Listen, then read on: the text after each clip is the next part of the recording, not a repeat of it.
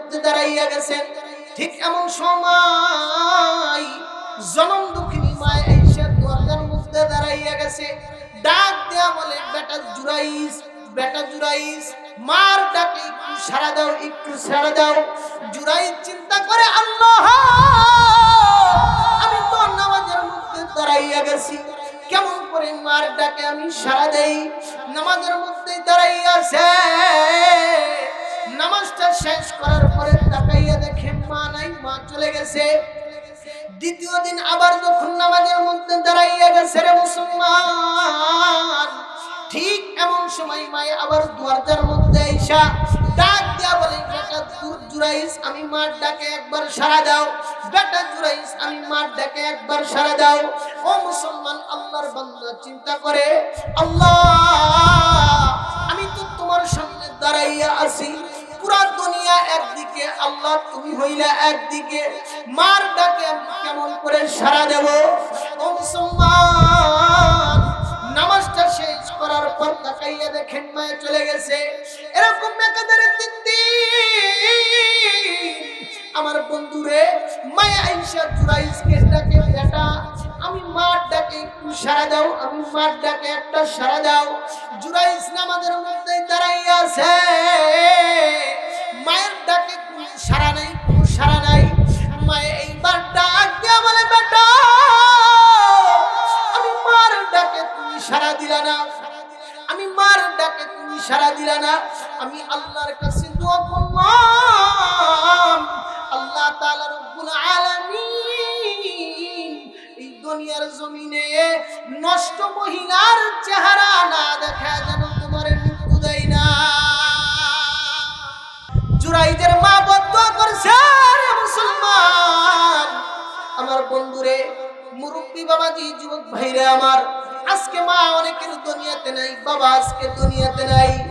অনেক সময় আমারও কষ্ট হয়, আপনাদের মতো যখন বয়স্ক আমার বাবার বয়সের মানুষকে আমি দেখি, বুকের ভিতর একটু কেঁপে ওঠে, কলিজার মধ্যে নাড়া দিয়া ওঠে। যখন এই সমস্ত মানুষকে যখন দেখি, যখন জিগায় তোমার বাবা অনেক ভালো ছিল, আজকে দুনিয়াতে নাই, বাবার নাম যখন বলে মুসলমান, কলিজাটাকেই ফাটে, কলিজাটাকেই ফাটে। আজকে দুনিয়াতে আজকে আমাদের অনেকের মা নাই, অনেকের বাবা নাই। ও মুসলমান, জুরাইজের মা দোয়া করে, আল্লাহ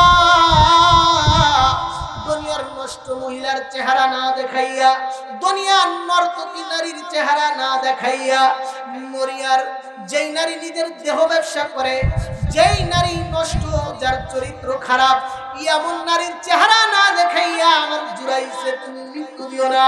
ও মুসলমান, ঠিক এই দোয়াটা করার পর মুসলমান বন্ধুরে, কয়েকদিন পর জুরাইজ রাহমাতুল্লাহি আলাইহির সামনে একজন নারী আয়েশা ডাক দিয়া বলে, জুরাইজ, তোমার এই ঘরের মধ্যে আমার একটু থাকতে দিবা, আমার একটু জায়গা দিবা?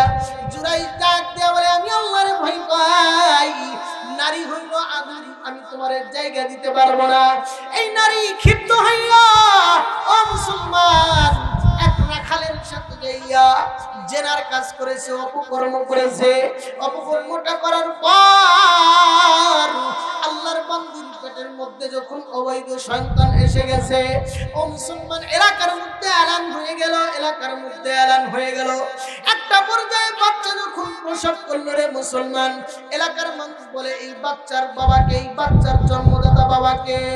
সবাই বলে, ওই মহিলাটার ডাক দেয়া বলে, ওই যে আল্লাহওয়ালা, ওই যে জুরাইস, তুমি হইল এই বাচ্চার মা। জুরাইস ডাক দেয়া বলে, আমি এই কাজ করি নাই। লোকেরা ক্ষিপ্ত হয়ে ডাক দেয়া বলে, কিসের আল্লাহর ওলি, কিসের ইমাম সাহেব, কিসের মাওলানা সাহেব, ঘরটা ভেঙ্গা দিছে। এইবার জুরাইস ডাক দেয়া বলে, আল্লাহ কি বিপদের মধ্যে ফেলাইলা? জুরাইস ডাক দেয়া বলে, আমি এই প্রশ্নের উত্তর দিয়া দিব, সমাধান দিয়া দিব, একটু তোমরা শান্ত হও।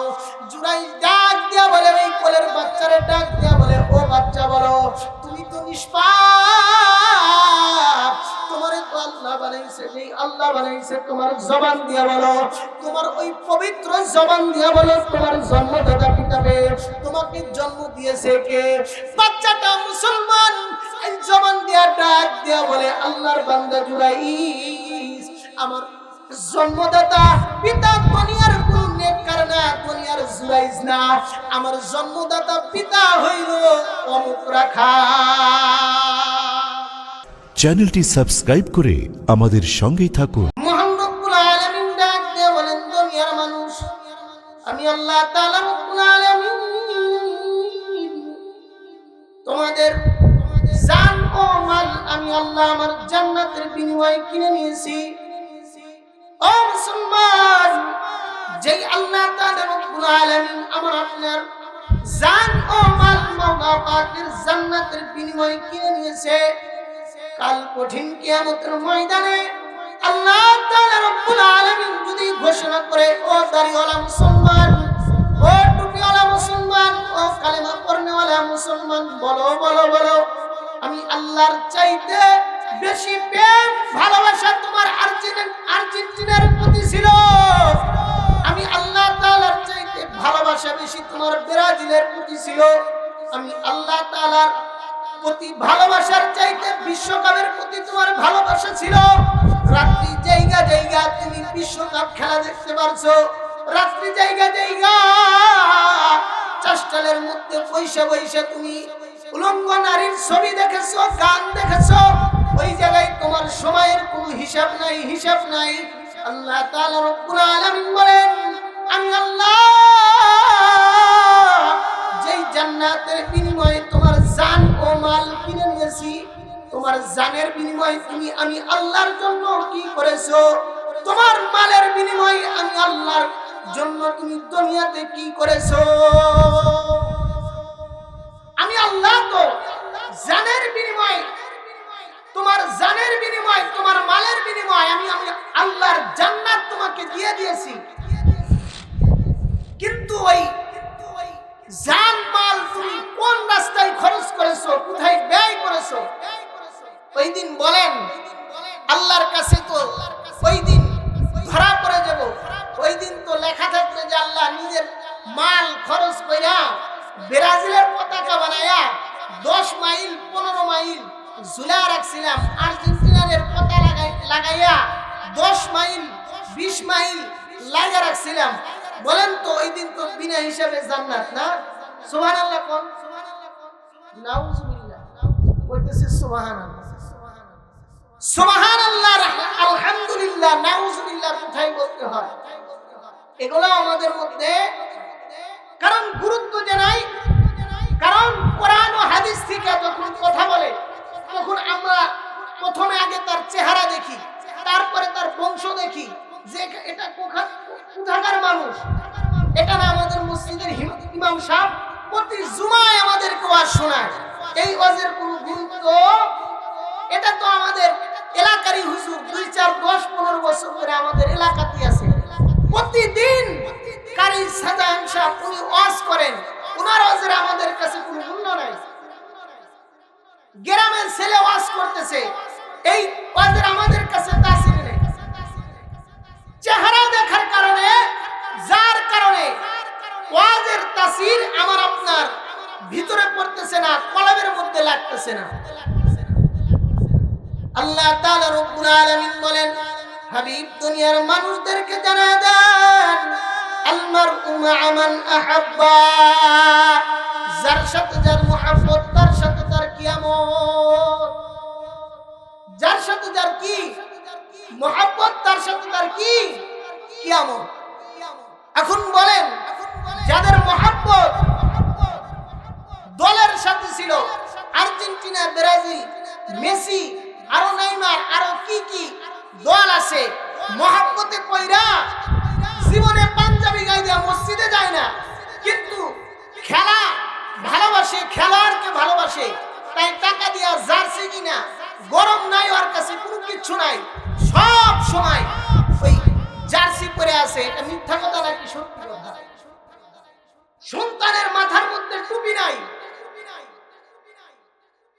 সন্তান জুমার নামাজ পর্যন্ত পড়তে দেয় না, অথচ ওলামায়ে কেরাম এখানে আসে। একাধারে কোন মুসলমান যদি 3 জুমা যদি কোন ওযুর ব্যতীত যদি মসজিদে না যায়, তাহলে মুনাফিকের খাতায় তার নামটা লেখা হয়। বলেন কোথায়? মুনাফিক আর যার ব্যাপারে আল্লাহ তাআলা রব্বুল আলামিন বলেছেন ইন্নাল মুনাফিকিনা ফিদ দারকিল আসফালি মিনান নার, মুনাফিকের ঠিকানা হইল জাহান্নামের তলদেশে। মুসলমান বাহিরে কোনো দিকে নজর নাই, কোনো দিকে খেয়াল নাই। এই দুনিয়াতে আমিও থাকবো না, আপনিও থাকবো না, আমিও একদিন চলে যাব, আপনিও একদিন চলে যাবেন। কিন্তু কি নিয়া? ওই আল্লাহ তাআলা রব্বুল আলামিনের সামনে দাঁড়াইবেন, কি জবাব ওই আল্লাহর কাছে দিবেন? একটাবার চিন্তা করে এই দুনিয়াতে আমার আপনার মতো, আমার আপনার বাপ দাদা, আমার আপনার মা, আমার আপনার মাতৃকুল পিতৃকুল সবাই এই দুনিয়াতে ছিল। আজকে তারা দুনিয়াতে নাই, অন্ধকার কবরে ঘুমায় আছে। চাইলেই তারা মসজিদ থেকে যখন ডাকা হয় হাইয়া আলাস সালাহ হাইয়া আলাল ফালাহ, আসো কল্যাণের দিকে, আসো নামাজের দিকে, চাইলেই তারা আর যাইতে পারে না। মুসলমান চাইলেই আর যাইতে পারে না। আমার বন্ধুরা,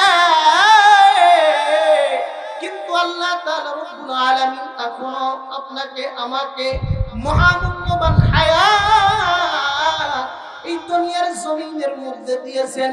চাইলে আপনি আজকে মাহফিল থেকে যাইয়া গভীর রাতে ওযু কইরা তাহাজ্জুদের মুসাল্লার মধ্যে দাঁড়াইয়া আল্লাহরে বলতে পারেন, আল্লাহ আমি হইলাম গুনাহগার, তুমি হইলা গফফার, আল্লাহ জিন্দেগির গুনাহ মাফ করিয়া দাও। আল্লাহ আমি ভুল করেছি। আল্লাহ ডাক দেয়া বলেন, বান্দা আমি আল্লাহ রাতে ঘুমাই না, আমি আল্লাহ দিনেও ঘুমাই না, আমি আল্লাহ রাত দিন 24 ঘন্টা গুনাহগার বান্দার দিকে আমি আল্লাহ তাকায়া দেখি। যেমন মা হারানো সন্তানের পথের দিকে তাকাইয়া থাকে, আমি আল্লাহ গুনাহগার বান্দার পথের দিকে তাকাইয়া থাকি। বান্দা কখন আমাকে ডাক দিবে, ভুল স্বীকার করবে, বান্দা কখন অনুতপ্ত হবে, বান্দা নিজের গুনাহকে কখন ঘৃণা করবে। আল্লাহ বলেন, বান্দা জান্নাতে যদি যাইতে চাও, সঠিক রাস্তা যদি পাইতে চাও, আমি আল্লাহকে যদি পাইতে চাও, তাহলে আমার নবীর মুখের বাণী তোমরা শুনে নাও। আমার আল্লাহ ডাক দিয়া বলেন, নবী গো, দুনিয়ার মানুষদেরকে সঠিক রাস্তা আপনি দেখাইয়া দেন।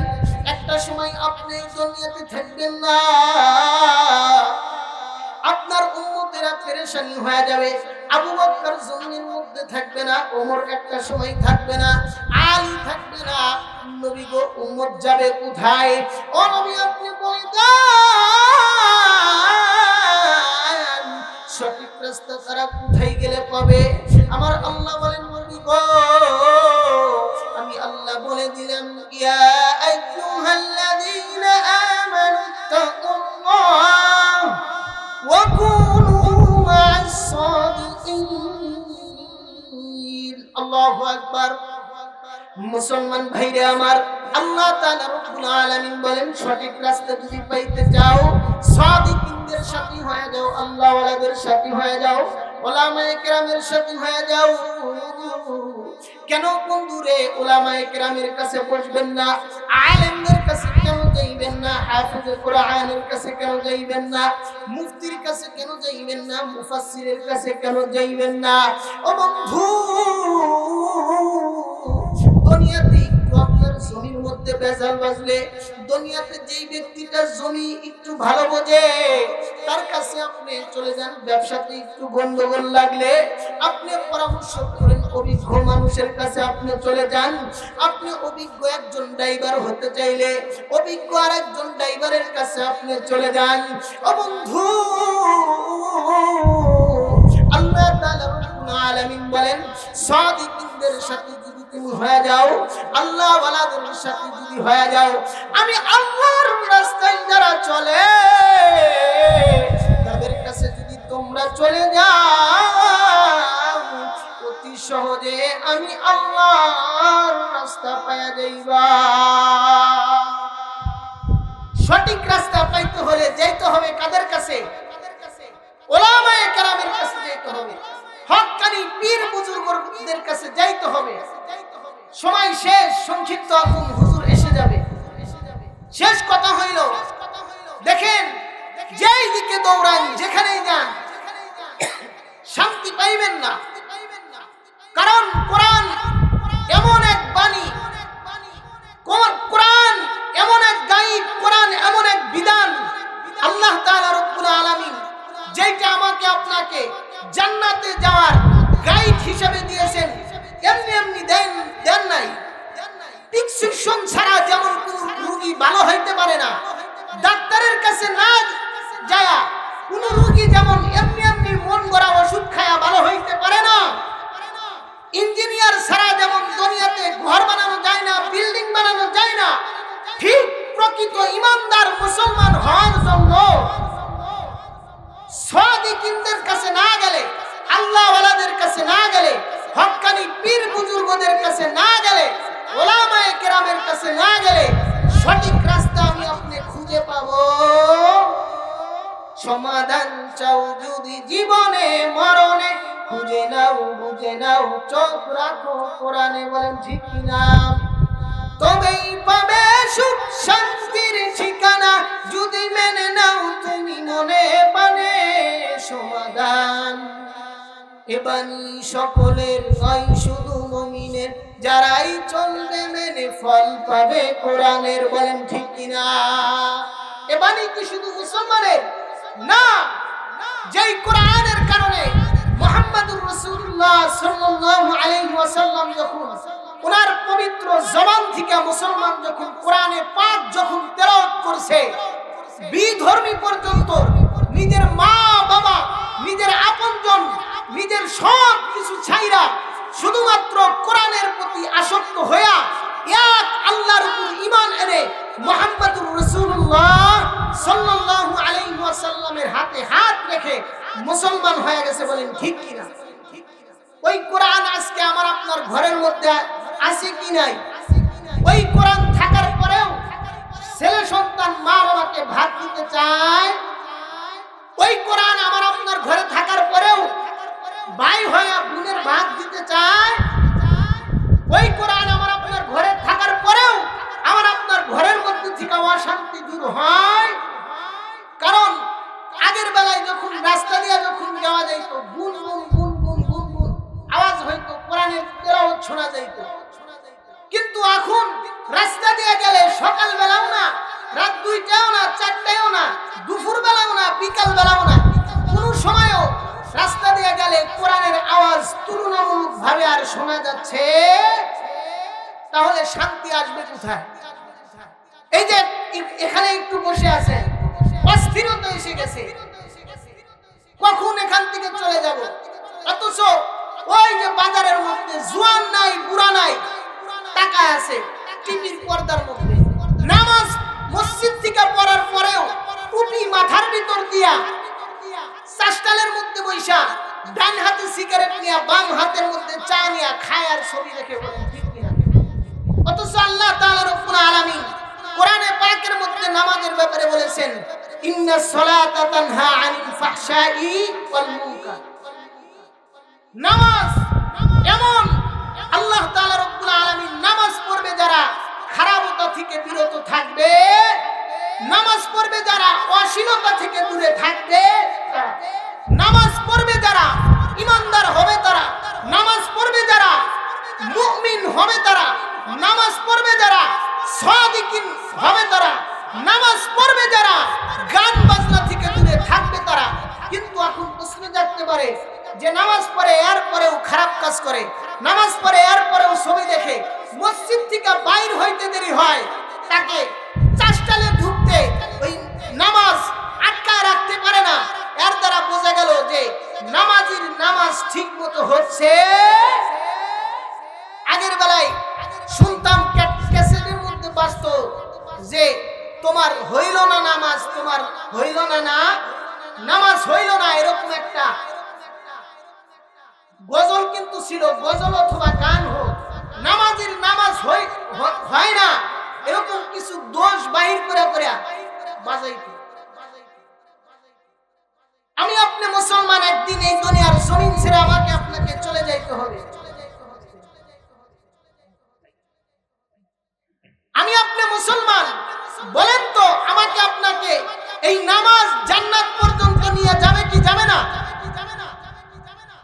কিন্তু যেই নামাজ পড়ার পরে, যেই নামাজ আমাকে টিভির পর্দা থেকে বিরত রাখতে পারে না, যেই নামাজ আমাকে গান বাজনা থেকে বিরত রাখতে পারে না, যেই নামাজ আমাকে অশ্লীলতা থেকে বিরত রাখতে পারে না, সেই নামাজ কখনো আমাকে জান্নাত পর্যন্ত পৌঁছাইতে পারে?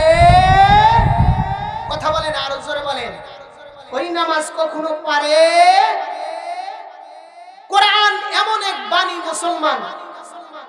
মুসলমান বন্ধুরে বলতেছিলাম, কোরআন এমন এক বাণী, যেই কোরআন আজ থেকে 1400 বছর আগে যখন কোরআনের তেলাওয়াত করতো, কোরআনের তেলাওয়াত বিধর্মীরা যখন শুনতো, মুহাম্মদুর রাসূলুল্লাহ সাল্লাল্লাহু আলাইহি ওয়াসাল্লাম যখন তেলাওয়াত করতো, ও মুসলমান, বিধর্মীরা পর্যন্ত মুসলমান হয়ে যাইতো। বলেন ঠিক কিনা? কোরআনের পাওয়ার এই পরিমাণ ছিল। অথচ আমার আপনার ঘরে কোরআন আছে, কিন্তু আমি আপনি কোরআন পড়তে জানি না। বলেন তো, কোরআন শরীফ ছাড়া কি নামাজ হয়? কথা বলে না, কোরআন শরীফ ছাড়া কি নামাজ হয়? তাহলে যে কোরআন শরীফটা পড়তে পারে না, আমার প্রশ্ন হইল যে ওই ব্যক্তি নামাজটা পড়েই বা কি দিয়া? আমি যে মাদ্রাসায় পড়াশোনা করছি, ওই মাদ্রাসার পাশেই ছিল একটা কবরস্থান। তো কবরস্থানের জায়গা তো অনেক, কিন্তু মাদ্রাসার যে হেফজখানা আছে, হেফজখানার পিছনে জায়গা অনেক অল্প। কিন্তু যেই ব্যক্তি মারা যাইতো, মারা যাওয়ার পরে ওসিয়ত করে যাইতো, অথবা যে ওসিয়ত করতো না, তার ছেলে সন্তান আত্মীয় স্বজন ওই হেফজখানার পাশে পিছনে দাফন করার জন্য মারামারি পর্যন্ত লাগায়। কি করে? মারামারি পর্যন্ত লাগায়। তার কারণ হইলে একটাই, লোকটা খারাপ হোক অথবা ভালো হোক, সুদখোর হোক বা ঘুষখোর হোক, ওটা কথা না। উনার ইচ্ছা হইল যে আমি মারা যাওয়ার পরে যদি আমার দাফনটা যদি হেফজখানার পিছনে হয়, তাহলে যেই জায়গার মধ্যে তালিবুল ইলম, যার এমনও বাচ্চা আছে যার জীবনের মধ্যে কোনো গুনাহ লেখা হয় নাই, এই বাচ্চাটা যখন কোরআন তেলাওয়াত করবে, গভীর রাত্রিতে উঠে যখন তাহাজ্জুদের নামাজ পড়বে আর আমিন আমিন বলবে, দোয়া করবে, আল্লাহ তাআলা রব্বুল আলামিন এই উসিলাই তো কবরে আযাব maaf করে দিবে। বলেন ঠিক কিনা? কিন্তু বলেন তো, দুনিয়ার কুকাম আর আকাম যা কিছু আছে সব কিছু করছি, মসজিদ মাদ্রাসার বিরোধিতা করেছি, ওলামায়ে কেরামের বিরোধিতা করেছি, তালিবুল ইলমদেরকে দেখতে পারি নাই। বলেন তো, ওকে হেফজখানার পিছনে না, ওকে যদি মক্কা মদিনায় যদি মাটি দেওয়া হয়, আর লোকটার আমল যদি খারাপ হয়, যদি বদকার হয়, বলেন তো মক্কা মদিনায় মাটি দেওয়ার পরেও কি মাফ হবে? কথা বলে না, হবে? আসল কাজের খবর নাই, নকল কাজ নিয়ে তাল বাহানা। আজকে এই সমাজে মা বাবাকে ভাত দেয় নাই এমন সন্তানের অভাব নাই। অনেকেই তো আবার টিটকারি করে, যখন এগুলো বলা হয়, বলে যে অনেক হুজুর আছে তারা নাকি মা বাবাদেরকে ভাত দেয়। বলেন তো, যেই জিনিসটা বেশি দামি তার মধ্যে 2 নাম্বারই আছে কি নাই? দুধ অনেক দামি, স্বর্ণ অনেক দামি, ওর মধ্যে 2 নাম্বারই হয় কি হয় না? আমি ধরে নিলাম হুজুররাও মা বাবাকে ভাত দেয় না, তবে হুজুরদের সংখ্যা বেশি নাকি কম? থাকলে হাজারে 2-1 জন, সবকে 2-1 জন থাকতেও পারে, কারণ হুজুর মানুষ, আলেম মানুষ, সে আল্লাহর কোন ফেরেশতা না। দুনিয়ার লোক তার মধ্যে থাকতে পারে, লালসা থাকতে পারে, কোন ধোঁকায় পড়ে এমন কাজ করতে পারে, তবে আপাতত আমার চেহারায় কোনদিন পরে বৃদ্ধাশ্রমের আজকে অভাব নাই। আমি অধিকাংশ সময় বলি, এই সমাজে ভিক্ষা করে যে খায়, কামলা বেচে যে খায়, তার সন্তানও আইএ পাস করে, তার ছেলেও ওসি ডিসি ডাক্তার ইঞ্জিনিয়ার হয়, কিন্তু দুঃখের সাথে বলতে হয় এমনও মুসলমানের বাচ্চা আছে কোরআন শরীফ পড়তে জানে মুসলমান ভাইরা আমার, যেটা বুঝাইতেছিলাম, ও মুরব্বী বাবাজি, যুবক ভাইরে আমার, কেমন করে শান্তি ফিরে আসবে? মহান রব্বুল আলামিন বলেন ইহদিনাস সিরাতাল মুস্তাকিম। সূরাতুল ফাতিহার মধ্যে বান্দা নামাজের মধ্যে দাঁড়াইয়া বলো ইহদিনাস সিরাতাল মুস্তাকিম, আল্লাহ আমাকে মুস্তাকিমের রাস্তার মধ্যে চালাও, আল্লাহ সঠিক রাস্তার মধ্যে আমাকে চালাও, আল্লাহ সঠিক রাস্তা আমাকে দেখাও। মুসলমান বন্ধুরে, দোয়া করি আমি আপনি একটা, আর চলি আমি আপনি উল্টা। ও মুসলমান, একটাবার চিন্তা করেন, বাড়ির মধ্যে আপনি যদি কাঁঠাল গাছ গাড়েন, আর যদি আমের সিজনের মধ্যে আপনি চিন্তা করেন কাঁঠাল গাছের মধ্যে আম ধরে না কেন, আম ধরে না কেন? তাই মসজিদের ইমাম সাহেবের দাওয়াত দিয়া বাড়িতেই না একটা কোরআন খতম দিয়া মিলাদ পড়ায় দোয়া করলেন, হুজুর একটু দোয়া করেন কাঁঠাল গাছের মধ্যে যেন আম ধরে, আম ধরে। বলেন তো জিন্দেগিতে কি কোনোদিন কাঁঠাল গাছের মধ্যে আম ধরবে? ও মুসলমান, সন্তানকে কোরআন শিখাইলা না, সন্তানকে দিন শিখাইলা না। ও বন্ধুরে, অনেক মানুষ তো আমাদের কাছে আসে, অনেক মানুষ তো মসজিদের ইমামের কাছে যায়, ডাক দিয়া বলে হুজুর ও আমার সন্তানটা কথা শোনে না, একটু দোয়া করেন। হুজুর আমার সন্তানটা একটু কথা শোনে না, একটু দোয়া করেন। ও মুসলমান, আমার বন্ধুদের, যুবক ভাইরা আমার, মুরব্বী বাবাজি, নিজের বিবেকটাকে একটু প্রশ্ন করেন। যেই সন্তানকে দিন শেখান নাই, যেই সন্তানকে আপনি কোরআন শিখান নাই, আলেমকে দিয়া, মুফতি সাহেবকে দিয়া, মসজিদের ইমামকে দিয়া যদি দোয়া করেন আল্লাহ আমার সন্তানকে আপনি কবুল করেন, আল্লাহ আমার সন্তানকে সহি বুঝ দান করিয়া দেন, একবার চিন্তা করে বলেন এমন করে বললেই কি হবে? এরকম করে বললে কোশ্চিনকালেও হবে না। কারণ আপনি গার্সেন হইল কাঁঠাল গাছ, আর আম খাওয়ার এখন আশা করতেছেন, যার কারণে জিন্দেগিতে কখনো হবে না। এই সমাজে অভাব নাই, মা বাবার অবাধ্যতা দিন দিন বেড়ে যাইতেছে, আর মা বাবার দোয়া এমন গুক্ষু সাপের ঠোকর মিট যাইতে পারে, কিন্তু মা বাবার দোয়া ও বদদোয়া এই দুইটার একটাও মিট যায়। একজন আল্লাহর বান্দা ছিল, নাম ছিল তার জুরাইস। উনি অনেক বড় মাপের একজন আল্লাহর ওলি। এই জুরাইস উনি নিজের ইবাদত করার জন্য বাড়ি ঘর সব কিছু ত্যাগ কইরা উনি নির্জন একটা জায়গার মধ্যে চলে গেছে, জঙ্গলের মধ্যে চলে গেছে। ওইখানে যা ইবাদত করে, নামাজ পড়ে, আল্লাহর কাছে দোয়া করে। হঠাৎ করে একদিন নামাজের মুসাল্লার মধ্যে দাঁড়ায় গেছে। মুসলমান ভাইরা আমার, অল্প কিছুক্ষণের মধ্যেই হুজুর এসে যাবে, ছেড়ে দেব। একটুবার খেয়াল করেন মা বাবার দোয়া কেমন, মা বাবার দোয়া কেমন। এই জুরাইস নামাজের মুসাল্লার মধ্যে যখন দাঁড়াইয়া গেছেন, আল্লাহর বান্দা আল্লাহর সামনে দাঁড়াইয়া গেছেন, যাই নামাজের মধ্যে দাঁড়াইয়া গেছেন, ঠিক এমন সময় জনম দুঃখিনী মা এসে দরজার মধ্যে দাঁড়াইয়া গেছে। ডাক দেয়া বলে বেটা জুরাইস, বেটা জুরাইস, মার ডাকে একটু সাড়া দাও, একটু সাড়া দাও। জুরাইস চিন্তা করে আল্লাহ, আমি তো নামাজের মধ্যে দাঁড়াইয়া গেছি, কেমন করে মার ডাকে আমি সাড়া দেই? নামাজের মধ্যে দাঁড়াইয়াছে, নামাজটা শেষ করার পরে তাকাইয়া দেখে মা নাই, মা চলে গেছে। দ্বিতীয় দিন আবার যখন নামাজের মধ্যে দাঁড়াইয়া গেছে রে মুসলমান, ঠিক এমন সময় মায়ে আবার দরজার মধ্যে আইসা ডাক দিয়া বলে বেটা জুরাইস, আমি মার ডাকে একবার সাড়া দাও। বেটা জুরাইস, আমি মার ডাকে একবার সাড়া দাও। ও মুসলমান, আল্লাহর বান্দা চিন্তা করে আল্লাহ, আমি তো তোমার সামনে দাঁড়াইয়া আছি, পুরা দুনিয়া একদিকে, আল্লাহ তুমি হইলা একদিকে, মার ডাকে আমি কেমন করে সাড়া দেব? ও মুসলমান, নামাজটা শেষ করার পর তাকাইয়া দেখেন মায়া চলে গেছে।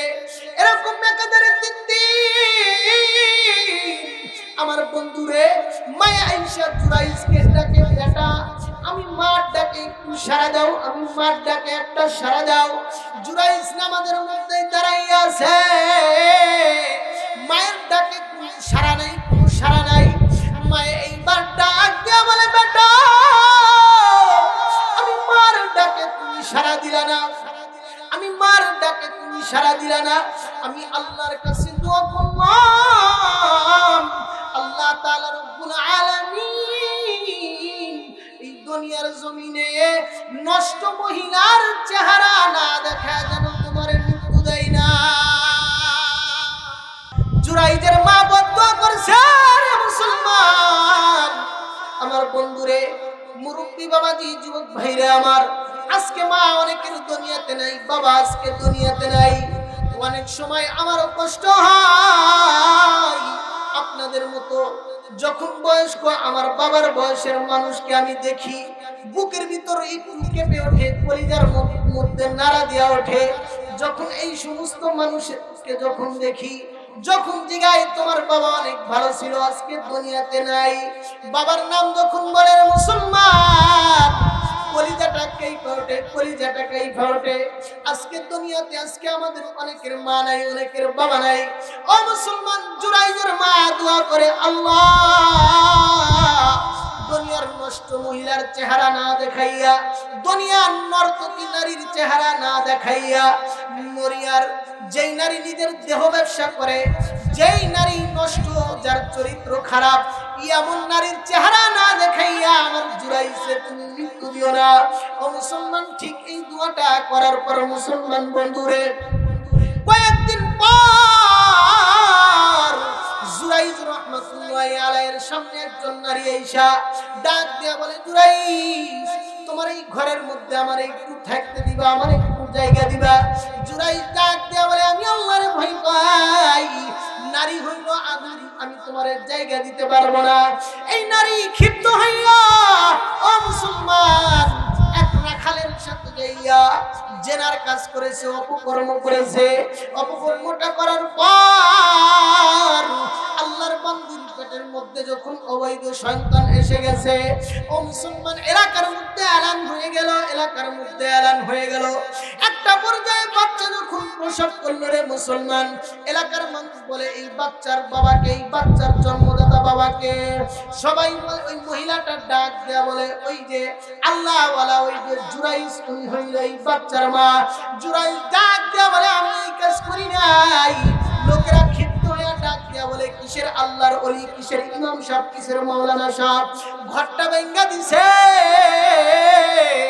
এইবার জুরাইজ ডাক দেয়া বলে, আল্লাহ কি বিপদের মধ্যে ফেলাইলা। জুরাইজ ডাক দেয়া বলে, আমি এই প্রশ্নের উত্তর দিয়া দিব, সমাধান দিয়া দিব, একটু তোমরা শান্ত হও। জুরাইজ ডাক দেয়া বলে, এই কোলের বাচ্চারে ডাক দেয়া বলে, ও বাচ্চা বলো, তুমি তো নিষ্পাপ, তোমারে তো আল্লাহ বানাইছে, এই আল্লাহ বানাইছে, তোমার জবান দিয়া বলো, তোমার ওই পবিত্র জবান দিয়া বলো, তোমার জন্মদাতা পিতাকে, তোমাকে জন্ম দিয়েছে কে? বাচ্চাটা মুসলমান এই জবান দিয়া ডাক দিয়া বলে, আল্লাহর বান্দা জুরাইজ, আমার জন্মদাতা পিতা দুনিয়ার কোন নেককার না, দুনিয়ার জুরাইজ না, আমার জন্মদাতা পিতা হইল অমুক রাখা।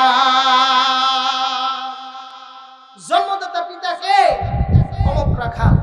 যতটুকু বলেছি, আল্লাহ তাআলা রব্বুল আলামিন আমাকে আপনাকে আমল করার তৌফিক দান করুন না। আমি হুজুর এসে গেছে, এখনো আমরা যারা বাহিরে আছি, এই দুনিয়া কিছুই না, খেলার জায়গায় চলে যাবে, আর্জেন্টিনার জায়গায় থাকবে, ব্রাজিলের জায়গায় থাকবে, ও মুসলমান, নেইমারের জায়গায় থাকবে, মেসির জায়গায় থাকবে। ওরা তো যাবে রবের জাহান্নামে। ওরা যদি ইমাম দুনিয়াতে না আনে, ওদের ঠিকানা হবে জাহান্নাম। নবীর হাদিস, আল মারউ মা মান আহাব্বা। তোমার মহব্বত যদি ওই খেলার দিকেই থাকে, তোমার মহব্বত যদি মেসির দিকেই থাকে, তাহলে শুনে রাখো, আল্লাহি বিল্লাহি তাল্লাহি, আল্লাহর কসম, কিয়ামতের ময়দানে তোমার মহব্বত থাকার কারণে হতে পারে আল্লাহ তাদের সাথে তোমার হাসর নাসর করে তোমার ঠিকানা জাহান্নামের দিকে করে দিবে। বলেন নাউজুবিল্লাহ। আল্লাহ আমাদের সকলকেই ইহদিনাস সিরাতাল মুস্তাকিম চলার মতো তৌফিক দান করুন, আমিন। আমার কথার মধ্যে যদি কষ্ট পেয়ে থাকেন এলাকার সন্তান হিসেবে মাফ করে দিবেন, দোয়া করবেন।